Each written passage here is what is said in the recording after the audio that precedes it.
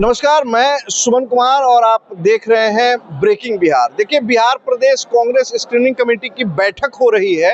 हम मौजूद हैं सदाकत आश्रम में। 21 जिले के संभावित प्रत्याशियों को बुलाया गया है, साक्षात्कार चल रहा है, यानी एक तरीके से कहे तो इंटरव्यू लिया जा रहा है जिन जिन लोगों ने फॉर्म भरा है। देखिए, हमारे साथ में महाराजगंज से एक शख्स है, यशवंत कुमार चमन, पटना हाईकोर्ट के अधिवक्ता भी हैं और यहाँ पर हमसे टकराएं। हमने इनसे बातचीत करने का प्रयास किया, कुछ संक्षिप्त बातचीत इनसे कर लेते हैं। क्या कुछ आज हो रहा है सदाकत आश्रम में। यशवंत जी, सबसे पहले आपका बहुत बहुत स्वागत है। जी नमस्कार और आभार आपको कि आप हमसे बात कर रहे हैं जी, और आपके दर्शकों को नमस्कार जो आपके चैनल को देखते हैं। आपसे बात कर रहे हैं कि महाराजगंज में बहुत चर्चा हो रही है आपकी, लगातार ये बातें छन कर आ रही हैं कि महाराजगंज में 2-3 जो भी प्रत्याशी हैं उसमें एक यशवंत कुमार चमन भी प्रमुखता से उनका नाम लिया जा रहा है।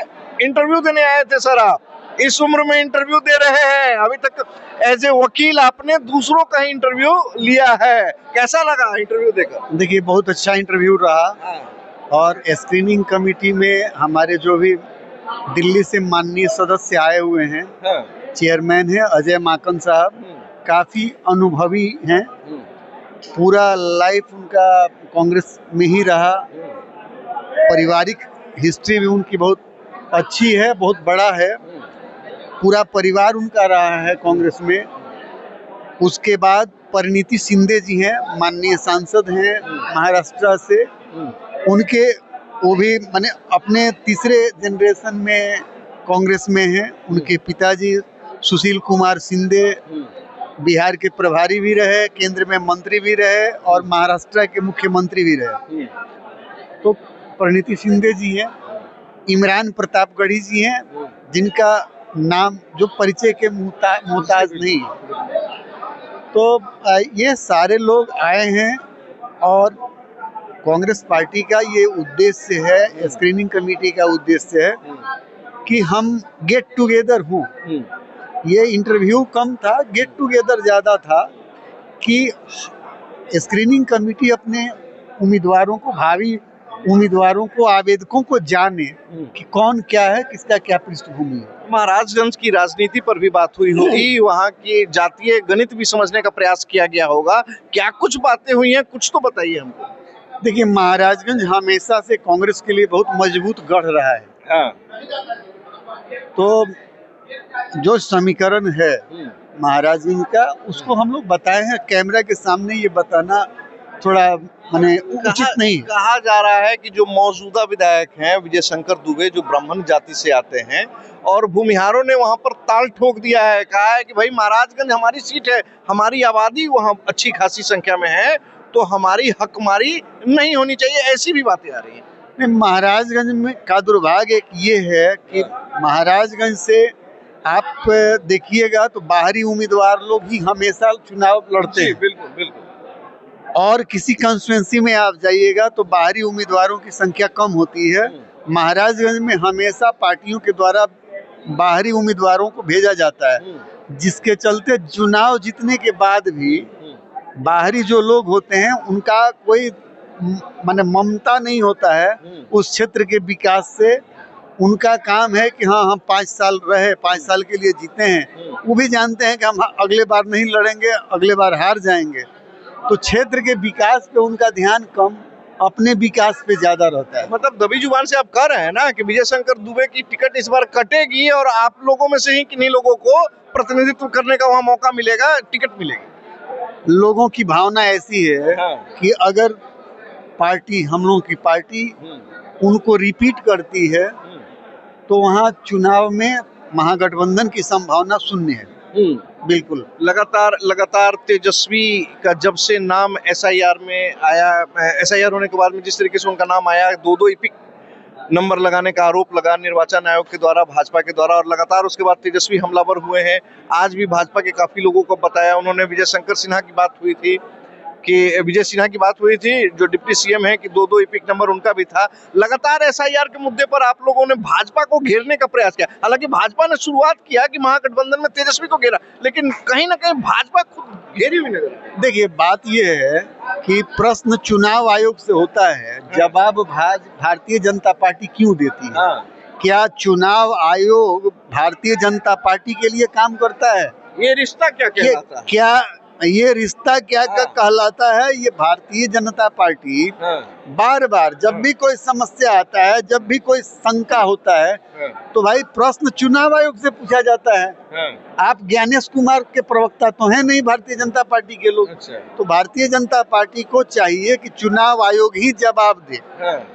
आप कल ओपी माथुर का हम देखे थे इंटरव्यू, पूर्व मुख्य चुनाव आयुक्त का। उन्होंने कहा था कि हम चुनाव आयुक्त के रूप में, चुनाव आयोग के रूप में हमारी प्रतिबद्धता है कि हम निष्पक्ष चुनाव करावें। किसी भी जनता के मन में अगर कोई संदेह है तो उस संदेह को दूर करना मेरा कर्तव्य है। ये नहीं कि हम टाल मटोल करें, शेरो शायरी में जैसे राजीव कुमार चले गए शेरो शायरी करते। अरे भाई, आप देखिए, पहले टीएन शेषन थे, केजे राव थे, ये सारे चुनाव आयुक्त सरकार के रिजिम में ही थे। तो उस समय भी कोई सरकार थी, लेकिन उस समय सरकार का कोई अंकुश नहीं था इन पे। ये फ्री हैंड था। अगर कॉन्स्टिट्यूशनल बॉडी का ये लोग बात कहते हैं तो ओवरटेक क्यों करते हैं कॉन्स्टिट्यूशनल बॉडी? टीएन शेषन की आप बात करते हैं तो जो टीएन शेषन और केजे राव ने अपना चाबुक चलाया था, तो उस समय लालू यादव ने तो काफी तगड़ा विरोध किया था उनका। देखिए, विरोध अलग चीज है, लेकिन उस समय का जो सरकार था, आप देखेंगे 2005 में डॉक्टर मनमोहन सिंह की सरकार थी। डॉक्टर मनमोहन सिंह ने चुनाव आयोग को घुटना के बल लाने का काम नहीं किया। Congress party fully democratic party है, डेमोक्रेसी में भरोसा करती है। जो भी डेमोक्रेसी का आप स्ट्रक्चर देख रहे हैं वो कांग्रेस के सपने का देन है। अच्छा, भारतीय भाजपा तो कहती है आप लोगों ने लूटने का काम किया देश को, आपने देश को बर्बाद करने का काम किया, देश को कमजोर करने का काम किया। भारतीय जनता पार्टी के लोग आरोप लगाते हैं। भारतीय जनता पार्टी के लोग झूठे हैं, मक्कार हैं। अच्छा, अंग्रेजों के ये लोग दलाली का करने का काम किए हैं, मुखबिरी करने का काम किए हैं। जो आदमी कहा जाता है ना कि चलनी सूप हंसली चलनी के जरा सहस्र गो छेद, तो वही स्थिति भारतीय जनता पार्टी के साथ है। ये लोग झूठ हैं, झूठ बोलते हैं, गलती अपने करते हैं। अभी आप उदाहरण दिया इपिक नंबर का, आप एक बात बताइए, हम वकालत करते हैं, अगर कोई डॉक्यूमेंट्स मेरे पास है और 2 है तो प्रूफ कैसे आप कीजिएगा कि ये मेरा डॉक्यूमेंट है और हम यूज करते हैं? तेजस्वी जी का आप चर्चा किए, तेजस्वी जी 2 चुनाव लड़े। दोनों चुनाव में जब नॉमिनेशन पेपर होता है उसमें भरा जाता है कि आपका किस पार्लियामेंट कॉन्स्टिट्यूंसी में घर है। पार्लियामेंट कॉन्स्टिट्यूंसी का नंबर दिया जाता है, नाम दिया जाता है, असेंबली का नाम नंबर दिया जाता है, बूथ का नंबर दिया जाता है, मतदाता क्रमांक दिया जाता है, जिससे सर्टिफाई होता है। अगर उस कॉन्स्टिट्यूंसी के आप बाहर के हैं तो प्रस्तावक लोकल वोटर होता है, उसका नाम नंबर रहता है। तो चुनाव आयोग अगर नोटिस किया ईमानदारी से तो उसके पास तो डाटा है, उस आधार पे तो कह सकता था, लेकिन वो बात नहीं कह के घुमाने का काम किया है केवल। अच्छा, चलिए चलते चलते एक आखिरी सवाल आपसे रहेगा कि लगातार इस बात की चर्चा हो रही है कि महागठबंधन में कांग्रेस पार्टी की सीटों की संख्या कुछ घटाई जाएगी, जो पिछली बार 70 के आसपास में थी, उस सीटों की संख्या घटाई जाएगी। कितना सहमत है?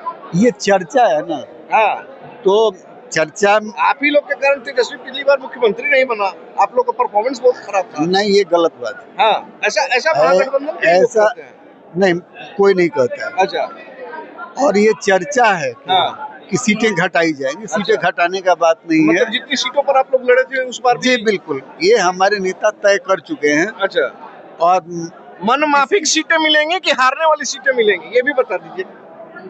ये बड़े नेताओं के द्वारा बड़े नेताओं जवाब का। दिया जाएगा। कुछ बातें छन कर आप लोगों तक भी आती हैं। हम लोगों की प्रतिबद्धता 243 सीट पे है हाँ, और हर वो सीट हाँ, जिसपे महागठबंधन का प्रत्याशी होगा हम लोग जीतने का पूरा प्रयास करें। तो माना जाए कि इस बार महाराजगंज से यशवंत कुमार चमन महागठबंधन के संभावित उम्मीदवार हो सकते हैं। हम लोग तो ये उम्मीद करते हैं, हम ये उम्मीद करते हैं कि हमारा अल्लाह कमान हमको मौका देगा। 1991 से हम कांग्रेस में हैं। NSY राष्ट्रीय छात्र संगठन से अपने राजनीतिक कैरियर का शुरुआत किए थे। तो हमको ये उम्मीद है कि महागठबंधन और हमारे अल्लाह कमान राजनीतिक समीकरण भी वहाँ पे है कि हम महाराजगंज के स्थानीय हैं।